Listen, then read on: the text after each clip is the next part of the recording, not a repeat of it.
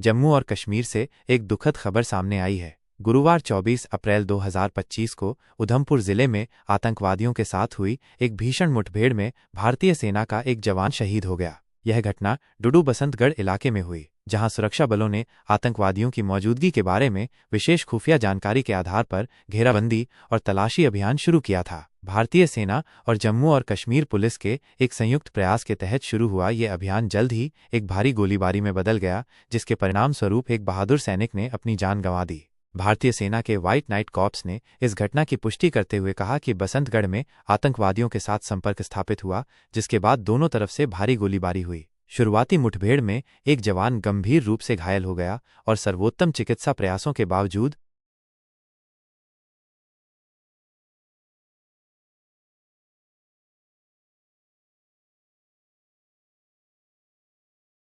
वो अपने घावों के कारण शहीद हो गया। सेना ने शहीद सैनिक को अपना एक वीर योद्धा बताते हुए शोक व्यक्त किया और कहा कि इलाके में आतंकवादियों को बेअसर करने के लिए अभियान जारी है।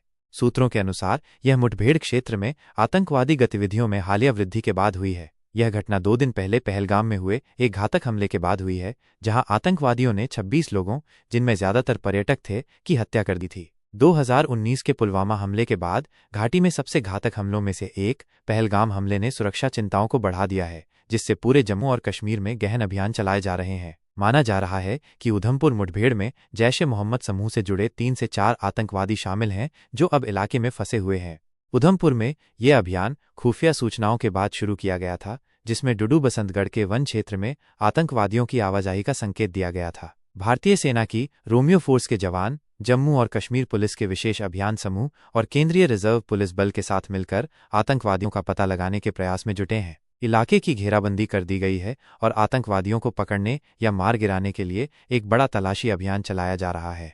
यह घटना जम्मू और कश्मीर में आतंकवाद के खिलाफ अपनी अथक लड़ाई में भारतीय सेना के एक और बलिदान को दर्शाती है। क्षेत्र में हाल के हफ्तों में आतंक संबंधी गतिविधियों में वृद्धि देखी गई है और सुरक्षा बल घुसपैठ के प्रयासों को विफल करने और आतंकवादी ठिकानों को खत्म करने के लिए अभियान चला रहे हैं। कुछ हफ्ते पहले अखनूर सेक्टर में एक ऐसी ही मुठभेड़ में एक जूनियर कमीशन्ड अधिकारी शहीद हो गया था, जो सशस्त्र बलों द्वारा सामना की जा रही लगातार चुनौतियों पर प्रकाश डालता है।